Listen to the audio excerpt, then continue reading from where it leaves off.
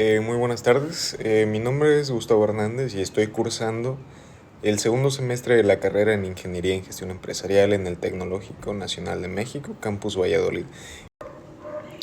Bueno, como introducción podemos tener que el estado de resultados son unos informes esenciales que nos brindan información de manera detallada de nuestro desempeño financiero para ver cómo nos está yendo pues a nuestra empresa.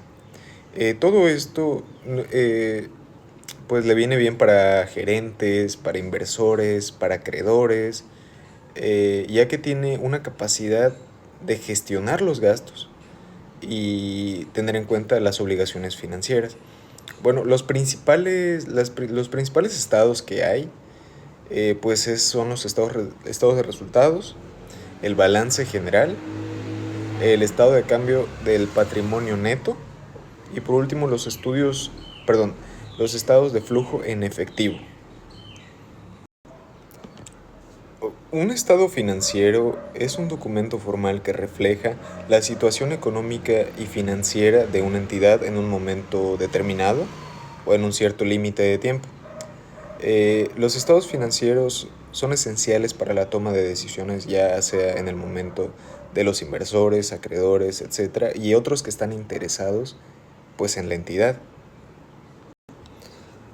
Ok, ahora nos movemos al área de los elementos. ¿Qué elementos conlleva un estado financiero? Bueno, pues tenemos tres. Los tres más básicos que hay, que es el activo corriente, que es mejor conocido como el activo circulante, y el activo no corriente, que se le conoce como activo fijo. Bueno, primero, ¿qué es un activo? Bueno, un activo es un bien, un derecho de la empresa, que le pertenece a la empresa. Es construido, obviamente, por sus bienes y servicios, con capacidades que sean funcionales y operativas que lo mantienen durante el desarrollo completo de cada actividad socioeconómica. Ahora los activos circulantes. ¿Qué es un activo circulante? Bien, aquí nos dice que son elementos o partidas en efectivo con los convertibles en efectivo a un plazo menor de un año, el ciclo financiero a corto plazo. Bien, ¿a estos qué nos beneficiaría? O sea, ¿qué cuentas más o menos hay? Bueno, está la cuenta de caja, cuánto dinero hay en tu caja, cuánto dinero hay en tu banco, eh, ¿qué más? Mercancías, tus clientes, tus documentos por cobrar, quienes te deban y por último, pues tu anticipo a proveedores. Para finalizar, finalizamos con los activos fijos o los activos no circulantes. Bueno, ¿estos qué son? Bueno, estos son fijados por la empresa, como su nombre lo dice, son fijos y estos tienen una permanencia, es decir, se quedan en la empresa, son para usarlos y no tienen la intención de ser vendidos. Bueno, un ejemplo de esto serían tus edificios, tus terrenos, tu mobiliario, tus equipos de cómputo, etc. Ahora pasamos al apartado de los pasivos. Bueno, ¿qué es un pasivo? Bueno, el pasivo es un conjunto de obligaciones impuestas por la financiación facilitada por un acreedor y representa el fondo monetario de la persona que lo posee. ¿Qué es un pasivo corriente, un pasivo circulante o un pasivo a corto plazo? Bueno, aquí nos dice que son las deudas y obligaciones que tiene la entidad con un plazo de vencimiento de un año o menos. Bueno, y aquí ¿qué se refleja? Se reflejan las cuentas pues a quien le debas, o sea, ese dinero se te va a ir. Están los proveedores, las cuentas por pagar, eh, gastos pendientes, acreedores diversos, etc. Y los pasivos fijos son los mismos que los pasivos circulantes, simplemente que estos son un plazo más largo de un año a más. Por ejemplo, una hipoteca por pagar es a más de un año. Muy bien, ahora pasamos a la última parte, que es el patrimonio, o mejor conocido como el capital. Bueno, este pues tiene una fórmula que básicamente pues lo hace todo. Es igual a el capital es igual al activo menos pasivo.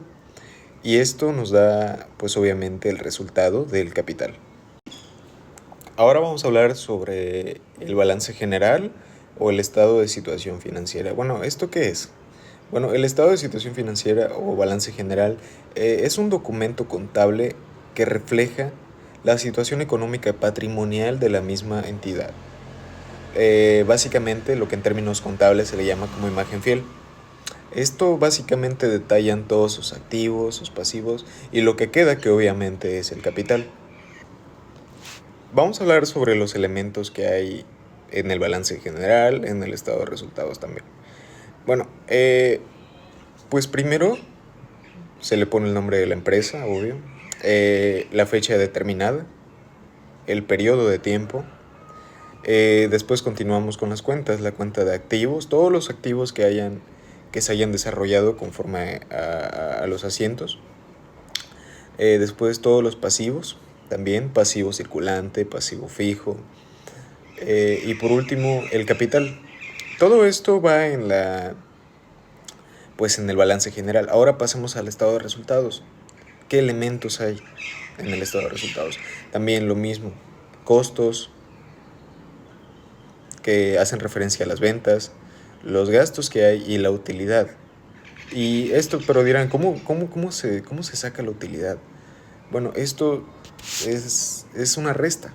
Bueno, se resta básicamente los costos es decir, las ventas con los gastos. Respecto al apartado de las presentaciones, ¿qué tipo de presentaciones puede haber de un balance general o situación financiera? Bueno, en estas tenemos tres.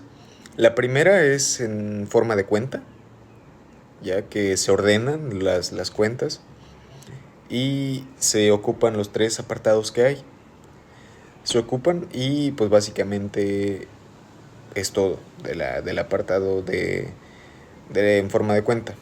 Ahora pasemos al apartado de reporte. Bueno, este simplemente, pues como su nombre lo dice, es un reporte. Solo pone las cuentas y el respectivo capital que haya, el respectivo dinero. Pero simplemente ocupa la columna de la línea derecha y es todo. Bueno, tenemos un ejemplo. Bueno, son dos ejemplos. Tenemos el ejemplo de la empresa de Grupo Sambors, que nos proporciona en la red su balance general consolidado. Podemos visualizar que aquí es un balance en forma de cuenta.